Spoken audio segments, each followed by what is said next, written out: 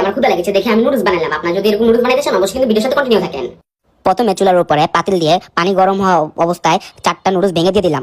তারপরে নুডলসগুলো নিয়ে নিলাম। আমি পেঁয়াজ কেটে নিলাম। গাজর কেটে নিলাম। পরে মরিচ কেটে নিলাম। পরে সসগুলোকে স্লাইস করে নিলাম। চুলোর উপরে পাইপেন বসে দিলাম। পাইপেন যখন গরম হয়েছে তারপর তেল দিয়ে সসগুলো দিয়ে দিলাম। সসগুলো ভালো করে ফ্রাই করার পর প্লেটে উঠে নিলাম।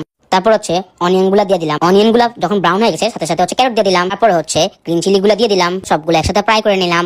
সবকিছু ফ্রাই হওয়ার পর 4টা এগ দিয়ে দিলাম। এগুলো ফ্রাই হওয়ার পর সব সবজিগুলো একসাথে নিয়ে নিলাম। একটা নুডলসের মশলা দিয়ে দিলাম স্মেলের জন্য। ফ্রাই করা সসেসগুলো দিয়ে দিলাম। সিদ্ধ হওয়া নুডলসগুলো একসাথে দিয়ে দিলাম। পরে নুডলসের মশলাগুলো দিয়ে দিলাম। একে একে সবগুলো মশলা কিন্তু দিয়ে দিবেন। তারপর নুডলসগুলো মিক্স করে প্লেটে উঠে নিলাম। এই তো আমার নুডলসটা তৈরি হয়ে গেছে। নুডলসটা খেতে কিন্তু অনেক টেস্টি। लेकिन एक सेकंड